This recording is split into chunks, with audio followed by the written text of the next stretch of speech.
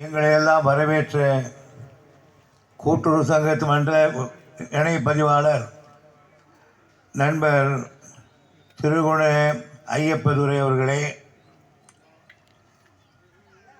மற்றும் விழாவிலே கலந்து கொண்டு வாழ்த்துறை வழங்கி அமர்ந்திருக்கக்கூடிய ஒன்றியத்தினுடைய பெருந்தலைவர் வேல்முருகன் அவர்களே, மாநகராட்சியினுடைய துணை மேயர் சுனில் அவர்களே, ஒன்றிய குழுவினுடைய துணைத் தலைவர் அருமை இளவல் சரவணன் அவர்களே, பேரூராட்சி மன்ற தலைவர் சகோதரி சாமுண்டீஸ்வரி அவர்களே, பேரூராட்சியுடைய துணைத் தலைவர் மன்றத்தினுடைய துணைத் தலைவர் நண்பர் நேரு அவர்களே, நன்றி உரை ஆற்ற இருக்கிற சத்யநாராயணன் அவர்களே மற்றும் இந்த விழாவிலே கலந்து கொண்டிருக்கக்கூடிய கழகத்தினுடைய முன்னோடிகளே, ஊர் பெரியவர்களே, தாய்மார்களே, நண்பர்களே, உங்கள் அனைவருக்கும் என்னுடைய பணிவான வணக்கத்தை தெரிவித்துக் கொள்கிறேன். நீண்ட நாட்களுக்கு பிறகு இவ்வளவு பெரிய கூட்டத்தை திருவலத்திலே பார்ப்பதில் எனக்கு மகிழ்ச்சி. காரணம், என்னுடைய வாழ்வில் இரண்டரை கலந்த ஒரு கிராமம் உண்டென்றால் அது திருவலம்தான். 71 நான் முதலாக நின்ற பொழுது சீட்டு கிடைக்காதவர்களெல்லாம் முறுக்கி கொண்டிருந்த பொழுது என்னை அழைத்து முதலாக என்னை வாக்கு கேட்க வைத்த ஊர் இந்த திருவலம்தான். அது மட்டும் அல்லாமல் எனக்கு 1000 பேர் நண்பர்களாக இருந்தாலும் என்னுடைய நெருங்கிய நண்பர்களாக இருந்ததெல்லாம் இந்த ஊரிலே தான்.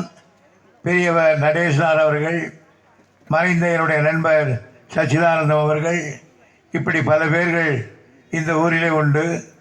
காங்கிரஸ் கட்சியிலே கூட நம்முடைய முன்னால் இருந்த தலைவர்கள் எல்லாரும் எனக்கு வேண்டியவர்கள் தான். எல்லோரிடத்திலேயும் ஒரு மரியாதை, ஒரு அன்பு, வேடுமரியாதைகள் பார்த்தாலும் மற்றவர்களை பார்த்தாலும் அவர்களோடு ஒரு அளவில்லாமல் போக மாட்டேன். ஆக சுருக்கமாக சொன்னால், இந்த காட்பாடி தொகுதிக்கு நான் எம்எல்ஏவாக இருந்தாலும் மந்திரியாக இருந்தாலும், ஆனால் இந்த திருவலம் ஒன்றுதான் எனக்கு தாய் வீடை போன்ற ஒரு பாசமுள்ள ஊராகும். எனக்கு ஒன்று என்றால் முதலிலே கண்ணீர் வடிக்கக்கூடிய ஊர். எனவே இந்த ஊரில் உங்களையெல்லாம் சந்திப்பதில் எனக்கு மற்றற்ற மகிழ்ச்சி. இந்த விழாவிலே நோக்கத்தை பற்றி தான் சொன்னார்கள். இந்த விழாவில் நோக்கத்தினுடைய நோக்கம் என்னவென்றால், ரேஷன் கடையிலே கொண்டு போய் கார்டை கொடுத்தால் தருகிறார்கள். அந்த பொருளை தூக்கி கொண்டு வீடு வரையிலே போவது சில பேருக்கு சிரமம். கொஞ்சம் வயதானவர்களுக்கு, 70 வயதுக்கு மேலே இருக்கிறவர்கள் 10-5 கிலோ அரிசி மற்ற சாமான்களை வாங்கி கொண்டு போனால் வழியிலே மேடு பள்ளத்திலே எழுந்து பிறகு அந்த அரிசி கொட்டி அதை மண்ணோடு வாரி போட்டு இப்படிப்பட்ட நிலையில் பெரியவர்கள் போகிறார்கள். அதே போன்று இந்த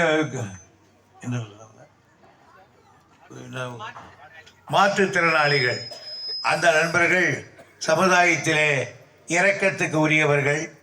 அவர்களால் அவ்வளவு பொருளையும் வாங்கி எடுத்து போக முடியாது.